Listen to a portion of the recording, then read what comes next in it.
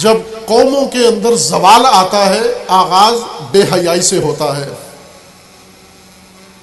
بے حیائی صرف پردے اتار دینا، چادریں اتار دینا، دوپٹے اتار دینے میں منحصر نہیں ہے. چہ بسا چادریں اوڑھ لینا بھی بے حیائی ہی کا نمونہ ہو. حیا کو پہلے سمجھیں.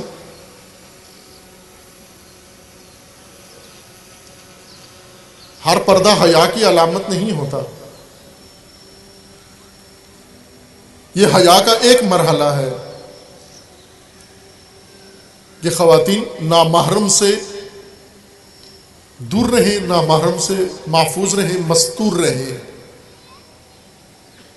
یہ حیا کا ایک میدان ہے، چھوٹا میدان ہے حیا کا. اس میدان میں اگر کوئی عورت مرد باحیا نکل بھی آئیں تو انہیں سرٹیفکیٹ نہیں دیا جا سکتا حیا و شرم کا، کیونکہ ابھی بڑے میدان حیا کے باقی ہیں. تمام مستور، تمام جو گھروں میں بیٹھے ہیں، تمام جنہوں نے نگاہیں گرائی ہوئی ہیں، جھکائی ہوئی ہیں اور لب بند کیے ہوئے ہیں، یہ سب حیا کے زمرے میں نہیں آتے. یہ سارے باحیا نہیں ہیں. اگر باحیا ہو کوئی ملت، اس ملت میں پہلا اثر حیات ہے، وہ زندہ ملت ہے. باحیا باحیات ہے، زندہ ملت ہے. زندہ ملت کی علامتیں ہیں، زندہ قوموں کی علامتیں ہیں. ہمیں جن چیزوں کے اوپر حیا آنی چاہیے، شرم آنی چاہیے، گناہ پر شرم آئے. حیا گناہ سے بچاتا ہے انسان کو. یہ احساس اندرونی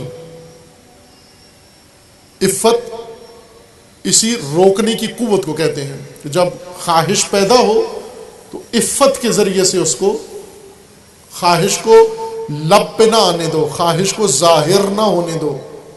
عفیف اس انسان کو کہتے ہیں جس نے اپنی خواہش کو قابو کر لیا، برملا نہیں ہونے دیا، دوسروں کو معلوم نہیں ہونے دیا. خواہش پیدا ہوتی ہے، خود انسان کے اندر آ جاتی ہے. خواہش کے لیے ارادہ نہیں کرنا پڑتا، بغیر ارادے کے انسان میں خواہشات پیدا ہوتی ہیں، لیکن ان کا اظہار ارادے سے ہوتا ہے. ان کی طلب ارادے سے ہوتی ہے. حیا کا ایک میدان یہ ہے، ان خواہشات کو قابو میں رکھو. اگر خواہشات عفت کے ذریعے قابو میں نہ آئیں تو پھر ساری عمر خواہشات کی تکمیل میں لگ جائے گی.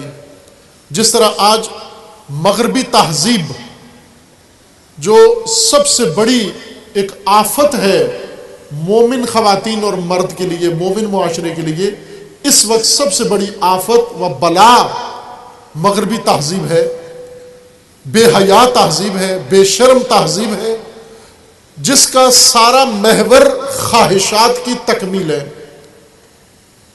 سارا زور اس کا خواہشات کی تکمیل ہے. اور خواہشات نہ ختم ہونے والا سلسلہ ہے انسان کے اندر. خواہشات ایک دلدل ہے، اس دلدل میں ایک دفعہ انسان کود جائے کبھی بھی باہر نہیں آ سکتا.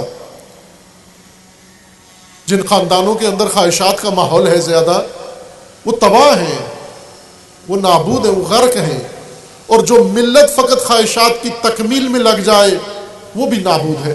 آپ اپنی قوم کا جائزہ لیں، پاکستانی ملت کا جائزہ لیں. اس وقت صورتحال کیا بنی ہوئی ہے، کسی بھی پہلو سے، تعلیم میں لے لیں، معیشت میں لے لیں، صنعت میں لے لیں، زراعت میں لے لیں، کسی اور تعلقات کے حوالے سے لے لیں، کسی بھی پہلو سے دیکھیں.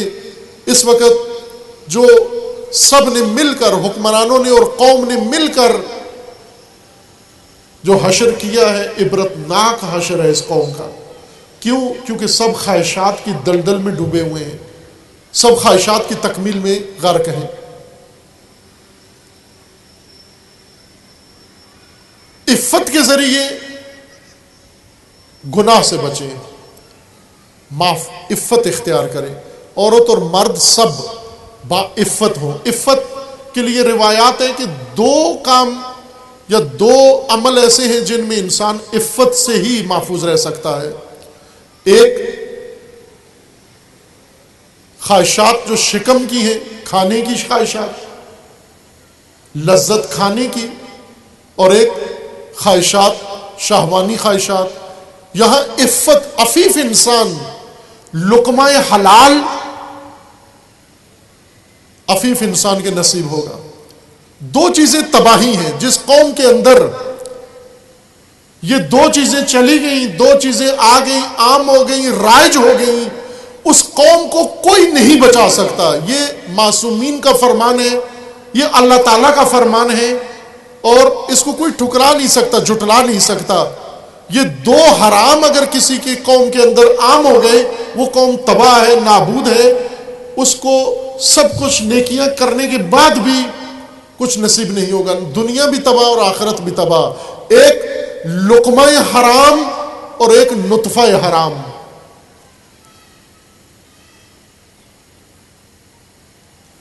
یہ عفت سے محفوظ رہے گا، عفت کے ساتھ۔ عفت آپ کی پرورش کا حصہ ہو۔ عفت گھروں میں مائیں عفت کا منبع ہے، مقام مادر ہے، آج روز مادر ہے۔ مادر کیوں اتنی عظیم ہے؟ ماں کیوں اتنی ارجمند ہے؟ ماں کو کیوں اللہ تعالیٰ نے اتنا عظیم درجہ عطا فرمایا ہے؟ اس لیے کہ ماں جو کچھ عطا کرتی ہے وہ ماں کے علاوہ کوئی اور عطا نہیں کر سکتا۔ ماں مظہر ربوبیت خدا ہے زمین کے اوپر۔ ماں بچوں کے اندر عفت پیدا کرتی ہے، ماں کے وجود سے عفت پھوٹتی ہے۔ ماں ہے در حقیقت اپنے خاندان کو اور اپنے اولاد کو عفیف بناتی ہے۔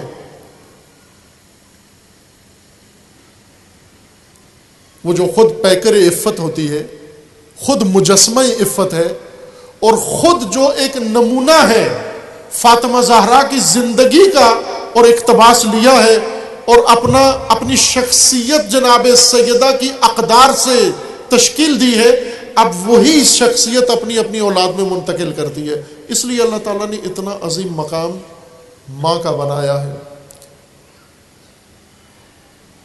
مائیں انسانوں کو معراج تک پہنچاتی ہیں، مائیں اولاد کو معراج کراتی ہیں۔ ماؤں کے ہاتھ میں مٹھی میں جنت ہے، دنیا ہے، کامیابی ہے، ہر چیز خدا نے ماں کے اختیار میں دی ہے، کیونکہ یہاں سے یہ منبع ہے، یہ تقسیم کرتی ہے۔